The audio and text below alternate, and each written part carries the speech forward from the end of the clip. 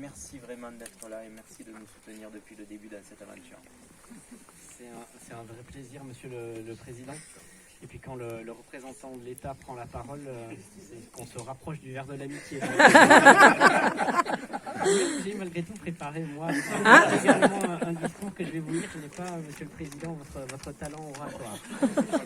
Messieurs les présidents des communautés de communes, Mesdames et Messieurs les maires des communes du secteur, Monsieur le maire de Ciergo qui nous accueille aujourd'hui, Mesdames et Messieurs, en vos grades et qualités, Mesdames et Messieurs, chers commingeois, c'est avec une émotion sincère que je suis avec vous aujourd'hui pour inaugurer ces chemins de la liberté au cœur des Pyrénées-Garonnaises.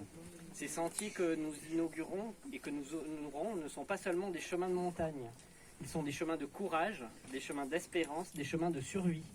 Ils sont la trace vivante de ceux qui, entre 1940 et 1944, ont choisi de résister plutôt que de céder, d'aider plutôt que de détourner le regard, de marcher vers la liberté plutôt que de s'incliner devant la servitude. Entre 1940 et 1944, alors que la France était brisée, coupée en deux, occupée par la peur et la répression, ces vallées de la Garonne et du Burat ont été des portes vers l'espoir.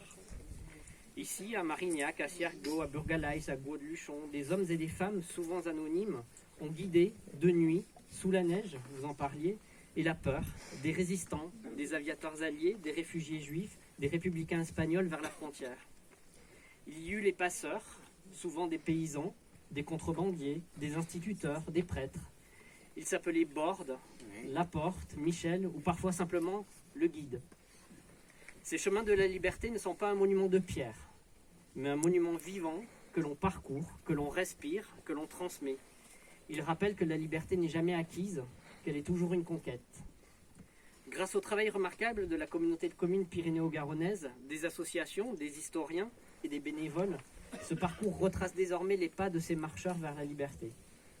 Notre devoir à nous n'est pas seulement de commémorer, il est de comprendre et de transmettre, de dire à nos enfants que la liberté n'est pas un droit naturel, mais un combat quotidien.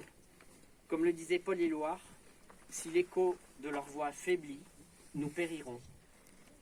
Alors aujourd'hui, à toutes celles et ceux qui ont marché ici dans la neige et dans la nuit, à celles et ceux qui ont aidé, caché, guidé, à ceux qui ne sont jamais revenus, nous disons aujourd'hui, nous nous souvenons. Vive la liberté, vive la Barousse, vive le Comminges, vive la République et vive la France.